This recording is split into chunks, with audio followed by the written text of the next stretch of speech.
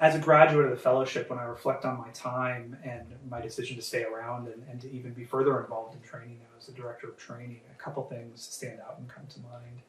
One was how kind of captured I was very quickly by all of the opportunities for learning that I didn't expect when I came here. I knew some of the nuts and bolts around you'll have this many patients and see them for this many hours, but I really didn't have a good sense of how kind of enlivened and excited the staff were here in their own kind of academic and clinical pursuits, and how eager they were to kind of invite fellows along to learn.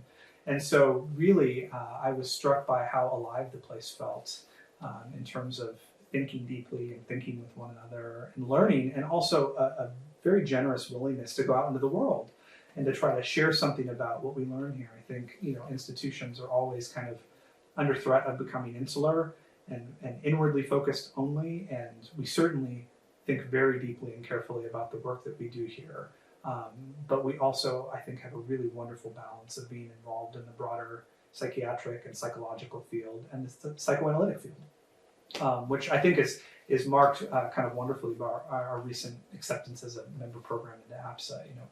We're out in the world, we're engaged, and that really struck me and kept me here. Probably more powerfully in relation to the clinical work, psychoanalysis involves a level of, I think if it's done well, emotional openness and commitment, which can be excruciatingly painful at times. In the work that we do with complex patients, and in what we give of ourselves to be a part of that process, which is both a privilege and can be very difficult. But training here in a setting in which we are often talking about each other's work and supporting one another and pointing out our blind spots and what we're not seeing, and also encouraging one another in the work.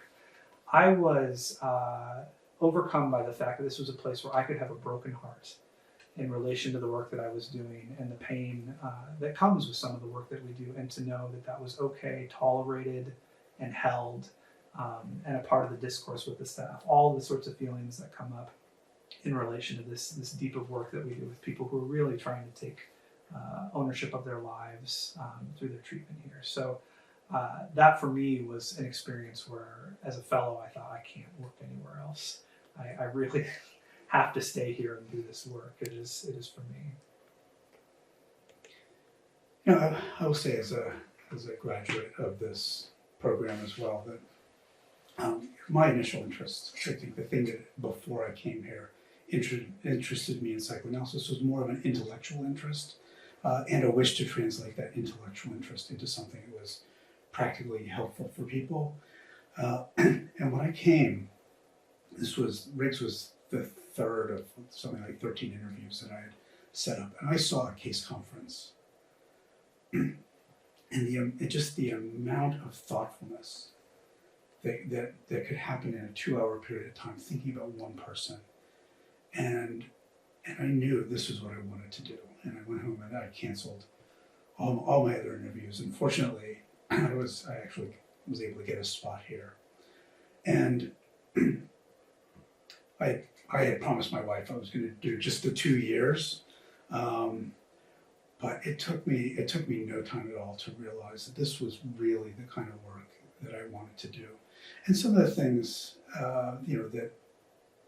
that really, I think, did that for me as opposed to any other training setting was the ways that we work so closely together and think so closely together, and the amount of thinking that is happening around you all the time, the ways you're getting, you're contributing your thoughts to other people's cases, other people are contributing their thoughts. So it's not just that you're thinking in supervision and you're thinking, in your coursework at the end of the day, but it's a place where it really does end up feeling like you are exercising your intellect and actually you're, combining your intellect and your emotions in a constant way.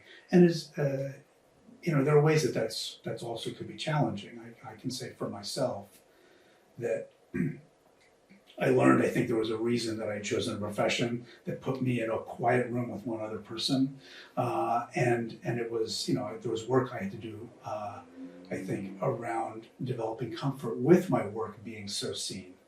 And I think it's not unusual. There's something that's painful about that, but I think it's also one of the things that makes this training so special because there's a way you cannot hide. Whatever. Honestly, whatever ridiculous thing you say to a patient in the morning, you're hearing back from another patient in the afternoon, and everybody else is hearing it as well. And so you really are learning about yourself in this work in a way that I think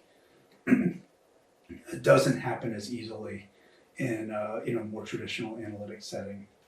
And it really is a place where you get to use all of yourself in the work, and I think in a way it can be quite different from other settings.